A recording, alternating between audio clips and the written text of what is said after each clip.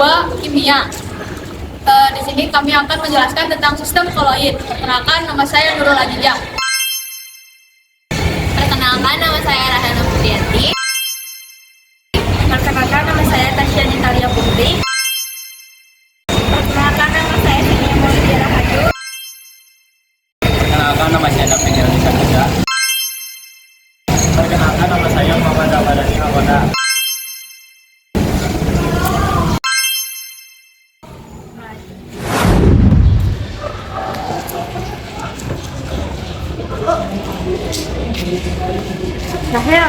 Nah, kan kemarin tuh kita belajar tentang sistem koloid ya. Nah, aku tuh belum ngerti. Kamu bisa jelasin nggak? Jadi gini Tasya, koloid itu campuran yang karakteristiknya itu antara campuran homogen sama heterogen. Nah, kalau homogen itu bentuknya kayak larutan gitu, kalau heterogen itu bentuknya suspensi. Tapi aku masih belum ngerti. Gimana ya? Ya udah deh, kita ke sama Senia dulu aja. Ayo.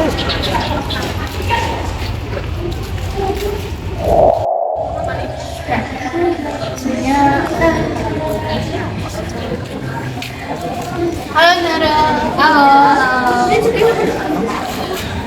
Aku tuh mau nanya, kan kemarin tuh kita tuh belajar sistem koloid kan kimia tuh.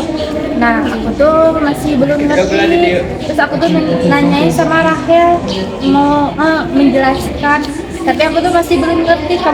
Kalian bisa ngejelasin nggak? Jadi gini, campuran itu kan terbagi menjadi 3. Ada campuran larutan, ada campuran suspensi, dan juga ada koloid. Campuran larutan yaitu atau homogen yaitu campuran yang zat penyusunnya terlalu sempurna. Contohnya itu antara larutan air dan juga gula. Air itu gula di dalam air tidak bisa dibedakan dan bersifat satu fasa. Nah, yang kedua itu ada campuran heterogen. Campuran heterogen adalah campuran yang zat penyusunnya tidak tercampur sempurna atau masih dapat dibedakan. Nah, contohnya itu ada ketika terigu dicampur dengan air, terigu tidak larut atau mengendap, air dan terigu masih dapat dibedakan dan bersifat dua fasa. Nah, yang terakhir itu koloid Tasya. Kalau koloid itu contohnya itu kayak itu sama air. Nah, kalau itu sama air bakal nyatu jadi keruh gitu. Nah, itu disebutnya sistem koloid. Oh gitu ya. Karena aku udah lumayan ngerti lah tentang sistem koloid. Tapi jangan lupa juga Tasya tentang komponen dari sistem koloid. Komponennya itu ada 2, yaitu fasa terdispersi dan medium dispersi. Fasa terdispersi bersifat diskontinu atau terputus-putus, dan yang kedua medium dispersi yang bersifat kontinu. Dalam contoh susu dan air, fasa terdispersinya itu yaitu susu dan medium dispersinya yaitu air. Oh, kita loh, koloid itu dikelompokin jadi 2 loh. Emang apa aja sih? Yang pertama itu berdasarkan fasa terdispersi dan medium terdispersi. Yang kedua itu berdasarkan tingkat kestabilannya. Nah, dalam berdasarkan pengelompokan, dalam berdasarkan fasa terdispersi dan juga medium dispersi, jenis-jenisnya itu ada padat dengan padat yang disebut dengan sol padat, padat dengan cair yang disebut dengan sol, padat dengan gas yang disebut aerosol padat, dan yang keempat itu ada cair dengan padat yang disebut dengan emulsi padat. Nah, yang kedua itu ada cair dengan cair menjadi emulsi. Terus yang keenam itu kalau nggak salah ada cair dengan gas, itu menjadi aerosol cair. Yang ketujuh itu ada gas dengan padat, akan menjadi udara. Yang terakhir itu ada gas dengan cair, itu bakal menjadi mie. Oh gitu ya. Sekarang sih aku udah ngerti ya. Setelah kayak ngejelasin, makasih ya. Tapi ada satu lagi loh, Oh, yang apa? berdasarkan Tingkat kestabilannya. Oh ada. Tolong dong jelasin lagi, gak apa-apa kan? gak apa deh. Nah, kalau berdasarkan tingkat kestabilan itu terbagi menjadi 2, yaitu ada liofil dan juga liofol. Nah, liofil itu Liofil itu berasal dari bahasa Latin yang artinya menyukai pelarut. Contohnya itu kayak sabun, agar-agar, gelatin, dan deterjen. Nah, liofil itu disebut juga dengan hidrofil. Nah, kalau liofil itu bahasa Latinnya itu yaitu menolak pelarut. Contohnya itu yaitu sol logam, sol sulfida, dan juga sol logam. Bahasa lain dari liofil yaitu hidrofob. Oh, terima kasih ya udah ngejelasin. Akhir, nih tadi parfum ketinggalan kayaknya jatuh dari tas. Ya, makasih ya. Nah, tasnya parfum itu termasuk contoh koloid loh. Kok bisa termasuk koloid? Karena parfum bisa disebut koloid dalam bentuk aerosol saat disemprotkan, karena partikel-partikel kecilnya tersebar dalam udara. Namun sebagai cairan, parfum tersebut disebut atau dianggap sebagai larutan.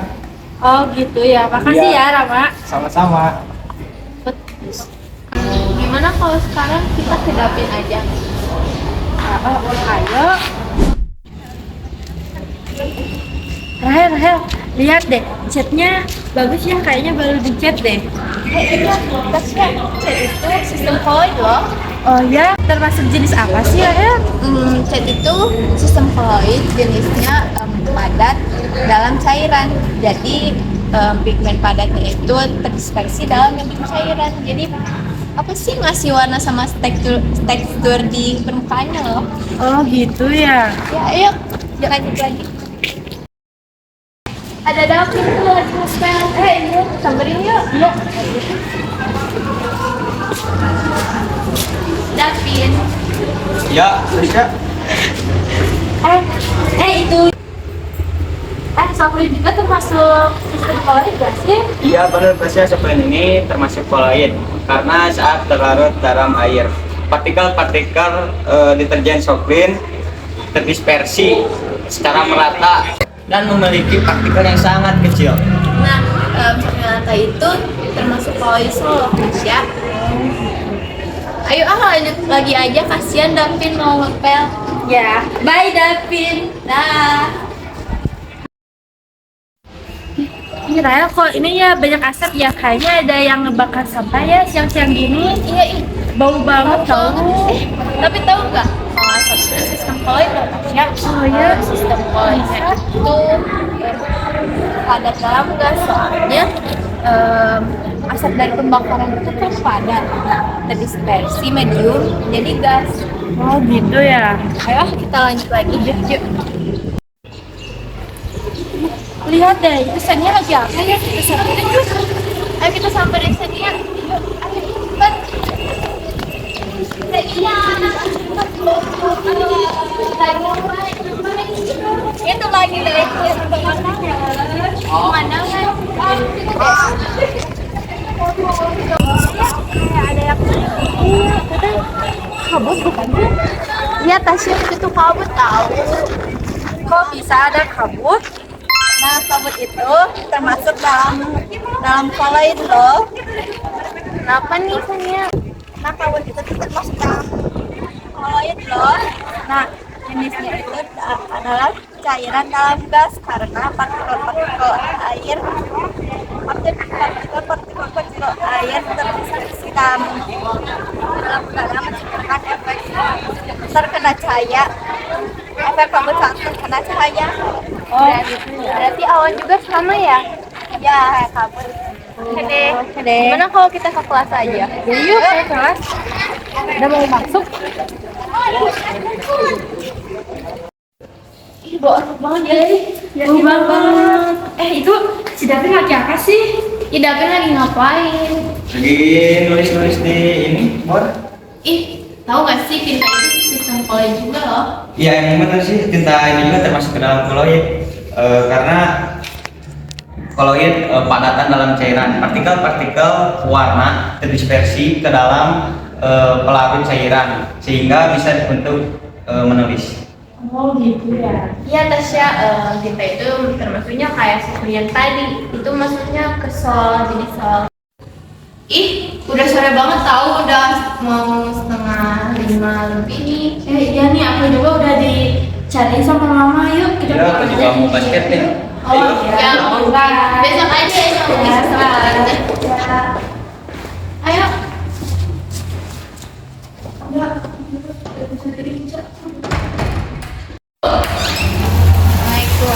Waalaikumsalam.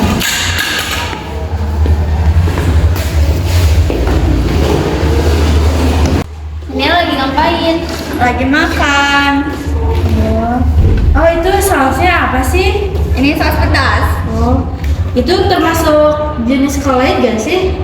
Iya, soalnya saus pedas itu termasuk jenis koloid sol cair karena partikel seperti misalnya seperti cabai yang telah dihaluskan itu bertindak sebagai fase terdispersinya dan cairan seperti air atau minyak itu bertindak sebagai medium pendispersinya. Oh gitu ya. Kamu lanjut aja masaknya. Ya, Gimana ya susu? Ada yang punya body lotion nggak? Ada aku ini. Tahu nggak body lotion sebenarnya ini termasuk jenis koloid? Wah masa sih? Body lotion termasuk kepada koloid emulsi yang berada cair di dalam cair. Bener banget tuh. Soalnya ini susu juga sistem koloid. Soalnya ini tuh fase terdispersi sama fase pendispersinya itu sama-sama cair. Jadinya termasuknya emulsi cair. Oh gitu ya. Hari ini panas banget gak sih? Iya. makanya kita harus pakai sunscreen supaya nggak panas. Oh, tahu gak sih sunscreen itu termasuk kalau jenis emulsi di mana partikel zat aktif terdispersi dalam fase cair, baik air atau minyak. Itu tuh terbagi menjadi dua loh, ada minyak dalam air dan air dalam minyak, tergantung formulasinya sih. Iya sih emang sunscreen, susu sama lotion itu masuknya sistem koloid cair dalam cair, Tasya. Beda ya. Ada kabar gembira. Hari ini kita pulang setengah hari.